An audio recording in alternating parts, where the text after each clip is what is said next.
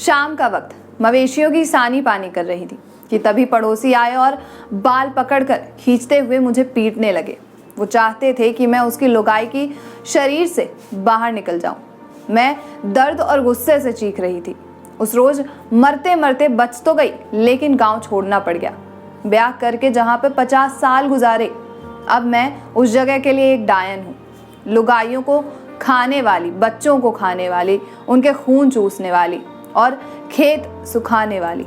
नमस्कार, आप देख रहे हैं नजर टुडे। मैं हूं आपके साथ प्रज्ञा झा। करीब 65 साल की कजरी देवी की आंचल की ओट वाली आंखों में तकलीफ से पहले भी दिखती है, वो है सूनापन। जहां पूरी जिंदगी बिताई, आखिरी दिनों में एक दाग लेकर उससे दूर होने की तड़प। राजस्थान के भीलवाड़ा जिले के उलेला गांव की कजरी पर साल भर पहले डायन होने का आरोप लगाया गया था। इसके बाद से सब बदल गया। दोपहरी में अचार पापड़ के लिए इकट्ठा होने वाली औरतें घर आने से बचने लग गई। तीज त्योहार सूने जाने लगे, लेकिन इन सब के ऊपर था जान का खतरा। कजरी को गांव छोड़ना पड़ा। अब वो बूंदी जिले में अपनी बेटी और जमाई के घर रहती। दिल्ली से उदयपुर होते हुए करीब 1260 किलोमीटर के सफर तय करके हम उनके नए ठिकाने पर पहुंचे। ये तालाब गांव है। करीब 500 मकानों वाले गांव में हमारी गाड़ी के घुसते ही लोग मुस्तैद हो गए। पता चला कि वो डरे हुए हैं, क्योंकि हम बिजली विभाग वालों की तरह दिख रहे थे। कई लोग कहते हैं वापस लौट जाओ, रास्ता काफी खराब है। हम नीचे उतरकर झाड़ झंकार हटाते हुए आगे बढ़े। ये रुकावटें गांव वाले ही डालते हैं ताकि बिजली विभाग वाले उनकी चोरियों तक ना पहुंच सके। कजरी का घर गांव से बाहर खेतों के बीच है, जहां से 1 किलोमीटर तक कोई मकान ही नहीं है। उनके बेटे मोतीलाल माली कहते हैं, मैंने खूब सोच समझकर माँ को यहाँ छोड़ा है। ना वो लोगों के बीच रहेंगी, ना अफवाह फैलेंगी। एक बार कोई लुगाई डायन कहलाने लगे तो मरते तक वो वही रहती है।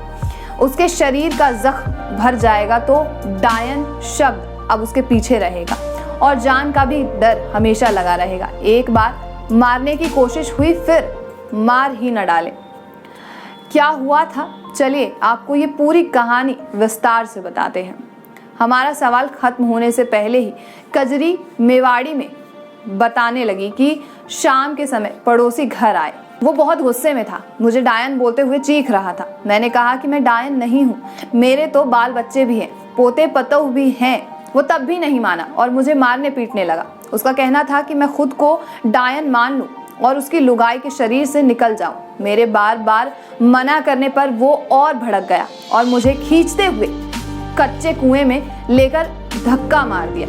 गिरते हुए कजरी देवी ने कहा कि दाएं हाथ से कुएं का पाइप पकड़ लिया था मैंने। गांव वालों ने उन्हें बचा तो लिया, लेकिन डायन के आरोप से नहीं बचा सके। वाकया 5 अक्टूबर 2021 का है। घटना के बाद जरूरी कजरी देवी को कुएं से निकालने की वीडियो भी वायरल हुआ था। इससे भी ज्यादा जो बात फैली वो ये कि डोगरी यानी कजरी के पास एक शैतानी ताकत है। वो अपनी इच्छाएं पूरी करने के लिए जवान लड़कों और लुगाइयों के शरीर में घुस जाती है और तरह तरीके की मांग करती है। कजरी अपना टूटा हुआ बायां हाथ दिखाकर कहती है, दाएं से ही सब काम कर रही हूँ, ये अब बेकार हो चुका है। पास में उनकी बेटी मीना बैठी है, गर्मी से रोते हुए दूधे मुंह, बच्चे को हाथ में पंखा झलाते हुए बताती है कि लोग तो मुझे भी डायन कहते थे। शादी के बाद 20 साल तक कोई बच्चा नहीं हुआ, तब सब मुझे डराने लग गए। लुगाइयां पास नहीं आती थी कि मैं उन्हें कुछ कर न दूं। सास भी मुझसे बचती थी कि मैं जादू न कर दूं। वैसे वहीं अकेले नहीं है, डायन का अंधविश्वास पूरे जिले में है। लुगाई अकेली हो, बूढ़ी हो या बाल बच्चे ना हो तो पड़ोसी शक करने लग जाते हैं। कोई बीमार हो या गाभीन गाय को दूध सूखने लगे या फिर उसे औरत को घेर कर पीटते हैं।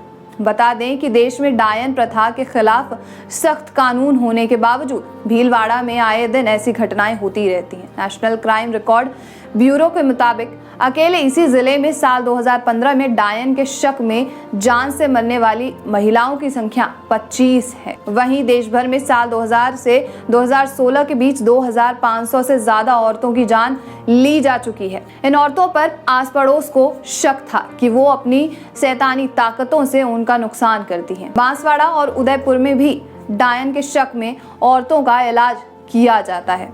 कथित डायनों का इलाज करने वालों को वहां पर लोकल भाषा में भोपा बोला जाता है। आमतौर पर ये कोई पुरुष होता है जो लुगाई को पीटकर, उसके बाल खींचकर और गर्म लोहे से दाग कर उसके अंदर के शैतान को मार देता है। हर शनिवार को भोपा अपनी दुकान सजाकर बैठे होते हैं और डायन को ठिकाने लगाते हैं। अरावली की छोटी बड़ी पहाड़ियों से घिरे तालाब वाले गांव से जब हम निकलते हैं तो तेज बारिश होना शुरू हो जाती है। टैक्सी रोकते और बढ़ते हुए जब हम कजरी देवी के असल गांव उलेल पहुंचते हैं तो हवा में गीलेपन की महक घुलने लगती है। अंधेरा होने से पहले जिससे जो पूछना होता है पूछ लीजिए। आज मंगलवार भी है, डायनों का दिन है ये, मेरे लोकल साथी ने कहा। हम उस कुएं पर पहुंचे जहां पर कजरी देवी को धक्का दिया गया था। घास और छोटे पौधे उसकी कच्ची पाट पर उगाए थे। मैं नीचे झांकती हूँ लेकिन डर से तस्वीर नहीं ले पाती। यही कजरी देवी के पड़ोसी लखन खड़े थे। वो कहते हैं, हमने तो अम्मा को सालों से देखा है, कहीं से डायन नहीं लगती। तो डायन कैसे हो सकती हैं? वो डायन कैसी लगती हैं? आपने कभी देखा है? इस पर वो हंसते हुए कहते हैं, हाँ, शनिवार के शनिवार कई लुगाइयां हनुमान मंदिर पहुंचती हैं, वो डायन हो सकती हैं, पर हमने कभी नहीं देखा कि किसी को जादू टोना करते हुए। बगल में ही वो मकान है जहां पर लुगाई रानी देवी पर भाव आते हैं। भाव यानी डायन। जब हम वहां पहुंचे, रानी चूल्हे पर रोटियां सेक रही थी। धुएं से धुंधलाई आंखें मिचमिचाते हुए वो बोलती है, भाव आता है तो मुझे कुछ याद नहीं रहता, बस इतना पता है कि पहले बच्चे के जन्म के बाद से ही डायन मुझसे आने लगी है। अब 5 साल से ज्यादा हुए हैं, वो 20 से भी ज्यादा बार आ चुकी है। भाव आने पर ये एकदम बदल जाती है। वहीं बैठे हुए शंभुनाथ याद करते हैं, वो इस महिला के देवर हैं। शंभुनाथ के मुताबिक बीते कई सालों से रानी डायन के कारण बीमार रहती हैं। भाव आते ही उसका चेहरा भयानक हो जाता है, दौड़ते और काटने लगती है, जोर जोर से सिर हिलाने लगती है। वो कहते हैं, तब इसको देखकर कोई भी डर जाए। मैडम आप भी। मैं रानी की तरफ देखती हूँ। लंबे एक हरे शरीर की वो महिला मोटी मोटी रोटियां थाप रही थी, आंखें चूल्हे की तरफ, बीच बीच में हमारी तरफ ताकते हुए। चेहरे पर ऐसा कुछ भी नहीं जिससे कि डर लग जाए। इधर शंभुनाथ कह रहे थे, डायन इसके शरीर में घुसकर अपनी इच्छा पूरी करवाती है। ये सभी 5000 की लिपस्टिक मांगती है, कभी मांगती है कि कागज दो, कभी मांगती है कि कपड़े दो और कभी विदेशी खाना मांगती है।